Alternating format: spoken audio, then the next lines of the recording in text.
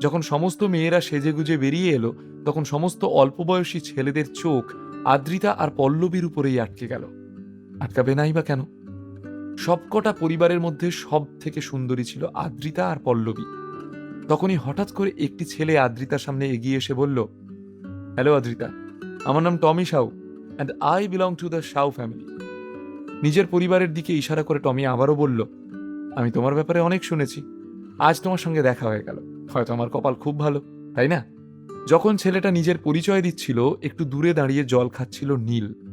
হঠাৎ করেই ভীষণভাবে বিষম খেল সে। তার মুখ থেকে সমস্ত জল বেরিয়ে এলো। আস্তে আস্তে নীল বলল, কি নাম বললে তোমার? তোমার নামটা কে দিল? ভেরি ফানি ইউজলেস ঘর জামাই। তোমার এত হাসি পাচ্ছে কেন? টমি বিরক্তির সাথে বলল, না না, কিছু না।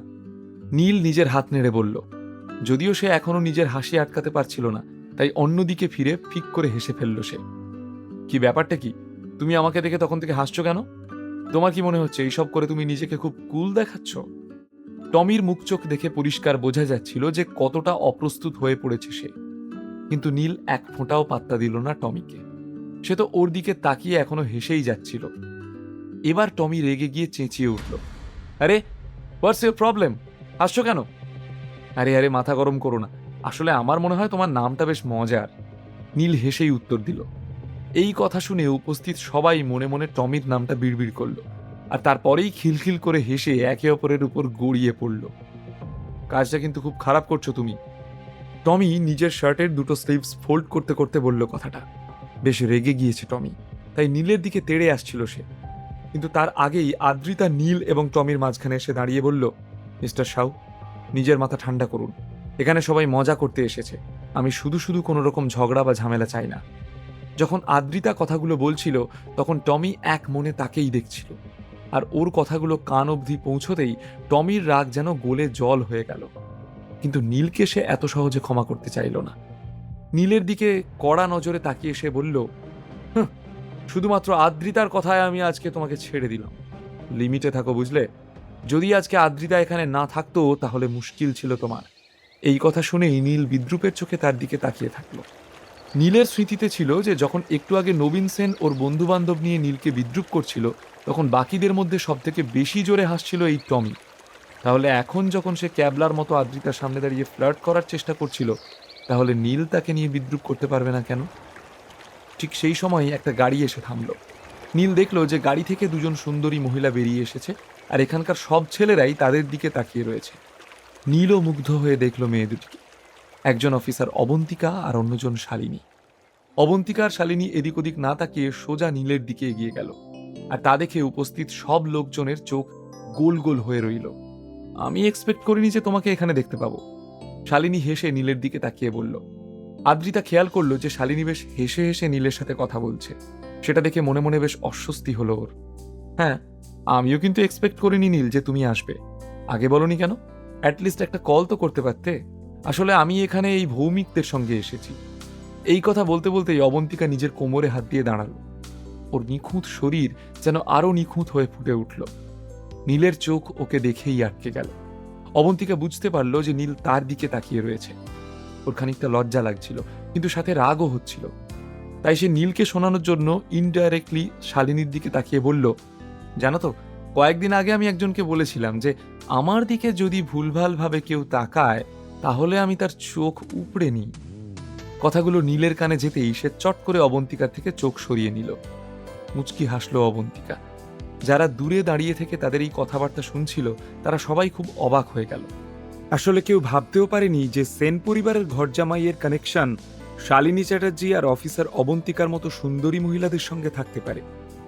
এমন সময় অবন্তিকার বয়ফ্রেন্ড অমিয় ভৌমিক তাদের মাঝখানে এসে পড়ল, আর অবন্তিকার কোমর ধরে দাঁড়িয়ে বলল, অবন্তিকা, তুমি হয়তো জানো না যে এখন আদ্রিতাই সেন পরিবারের সব থেকে গুরুত্বপূর্ণ সদস্য, আর নিজের বউয়ের কারণেই নীল আজ এখানে ক্যাম্পিং করতে এসেছে। না হলে ও কোথায় আর আমরা কোথায়? হাহ। এই কথা বলে অমিয় ভ্রু নাচিয়ে নীলের দিকে তাকালো। তুমি আমাকে এই কথাগুলো কেন বলছো? পরিবেশটা অকওয়ার্ড করে তুলতে খুব ভালো লাগছে, তাই না? অবন্তিকা অমিয়র কথা শুনে খুবই বিরক্ত হয়ে উত্তর দিল। অবন্তিকার নজরে নীল এখন একজন বাহাদুর আর নির্ভীক মানুষ। এখানে উপস্থিত বড় লোকের বিগড়ে যাওয়া ছেলেদের থেকে অনেক বেশি শক্তিশালী আর ভালো মনের একজন। অ্যাটলিস্ট অন্যদের মতো পিঠে ছুরি মারে না নীল। যা আছে সবটাই খোলামেলা, অন দ্য ফেস। অবন্তিকা, তুমি হঠাৎ ওর হয়ে কথা বলতে শুরু করলে কেন? তোমার তো আমাকে সাপোর্ট করা উচিত। খুব অবাক হয়ে অমিও বলল, আমি এখানে কারোর সাইড নিচ্ছি না, যেটা সঠিক সেটাই বলছি। আর তুমি যদি তোমার এই সমস্ত কথাবার্তা বন্ধ করতে না পারো, তাহলে পরের বার থেকে আমাকে কোথাও নিয়ে যাওয়ার আর কোনো দরকার নেই। কঠিন দৃষ্টিতে অমিয়র দিকে তাকিয়ে কথাগুলো বলল অবন্তিকা। প্রেমিকার রাগ দেখে অমিয় ভিজে বেড়াল হয়ে বলল, আচ্ছা আচ্ছা, সরি। অবন্তিকা, রাগ করো না। যেমনটা তুমি বলবে আমি তেমনটাই করব, ওকে? যদিও মুখে অমিয় কথাগুলো বলল, কিন্তু তারপরেও ওর চোখে ঘৃণা দেখতে পেল নীল। ঠিক সেই সময় অমিয়র বাবা অধিরাজ ভৌমিক সেখানে এসে উপস্থিত হলেন। এদিকে অবন্তিকা এবং অমিয়র ওখানে যা কিছু ঘটল সে সম্পর্কে ওনার কোনো ধারণা ছিল না। উনি শুধু একটা অ্যানাউন্সমেন্ট করতে এসেছিলেন, এই ক্যাম্পিং ট্রিপে আসার জন্য তোমাদের সবাইকে অনেক অনেক ধন্যবাদ। পুরুলিয়া খুব সুন্দর একটা জায়গা, তোমাদের সবার ভালো লাগবে। আর আমি খুব খুশি যে আমরা এখানে একসাথে এসেছি। সবাই রাজি না হলে এই ক্যাম্পিং কখনোই সম্ভব হতো না। আমি বেশি কথা বলবো না, শুধু কিছু নিয়ম আমি বলে দিতে চাই। সবাই বেশ মন দিয়ে অধিরাজের কথা শুনতে লাগলো। তিনি আবারও বলা শুরু করলেন, এদিকে এখনো অনেক আদিবাসী পরিবার থাকে, তাই এখানের কিছু নিয়ম রয়েছে। জায়গাটা খুবই পরিষ্কার পরিচ্ছন্ন, তাই এখানে কেউ নোংরা করবে না। সামনে নদী আছে, সেখান থেকে আমরা জল খাওয়ার জন্য জল পাবো, আর পেট ভরার জন্য মাছ ধরবো। মনোরঞ্জনের জন্য মহুয়া রয়েছে, বন মুরগি কষা রয়েছে, সাঁওতাল নাচ রয়েছে, সাথে ছৌয়ের মতো লোকনৃত্যও রয়েছে। এক কথায় সব কিছু আছে এখানে। তবে মনে থাকে যেন আমরা এখানে ক্যাম্পিংয়ের জন্য এসেছি, তাই আমরা এই কদিন নিজেরাই নিজেদের কাজ করব। আমাদের কয়েকটা গ্রুপে ভাগ হয়ে যেতে হবে, খাওয়ার আর জলের ব্যবস্থা করতে হবে। বাইরে থেকে আমরা শুধু ড্রিঙ্কস আর স্ন্যাক্স সঙ্গে করে নিয়ে এসেছি। এখন থেকে আগামী 7 দিন আমরা এভাবেই একসঙ্গে কাজ করব। Let's enjoy. আর হ্যাঁ, পরিশ্রম করার জন্য সবাই তৈরি হয়ে নাও। অধিরাজ ভৌমিকের কথা শুনে সবাই হাততালি দিয়ে উঠল। সবাই খুব খুশি। ক্যাম্পিংয়ের জন্য সবাই ভীষণ এক্সাইটেড। এখানে যারা এসেছিল তারা প্রত্যেকেই বেশ ধনী পরিবারের। তাদের জন্য খাওয়া দাওয়া করা আর মজা করা এটাই হলো জীবন। তার উপরে তারা ক্যাম্পিং করতে এসেছিল, তাই এখানে এলাহি ব্যাপারের আয়োজন করা হয়েছে। সব অল্প বয়সী ছেলেমেয়েরা নিজেদের মধ্যে কয়েকটা দলে ভাগ হয়ে গেল। কয়েকটা দলকে মাছ ধরার ছিপ দেওয়া হলো। ঠিক হলো বাকি দল শিকারের জন্য জঙ্গলে যাবে, আর পেছনে যেসব বয়স্ক লোকেরা পড়ে রইল তারা নদীর ধারে বসে গ্লাসে মদের ফোয়ারা শুরু করলো। কারণ তাদের প্রধান উদ্দেশ্য ছিল সমস্ত পরিবারের মধ্যে গভীর বন্ধুত্বের সম্পর্ক তৈরি করা। তাতে মদ না হলে ঠিক জুম ছিল না। সবাই তো বেশ আনন্দে ক্যাম্পিং শুরু তো করলো, কিন্তু শেষমেশ কি হবে তা এখনো বলা যাচ্ছে না। ক্যাম্পিং চলাকালীন কি কোনো বড় দুর্ঘটনা ঘটবে? নীল আর আদ্রিতা কি সেই ঘটনায় জড়িয়ে পড়বে? আগামী 7 দিনে নীল আর আদ্রিতার জীবনে কি কি পরিবর্তন আসতে চলেছে? এই 7 দিন নীলকে আর কত অপমান সহ্য করতে হবে?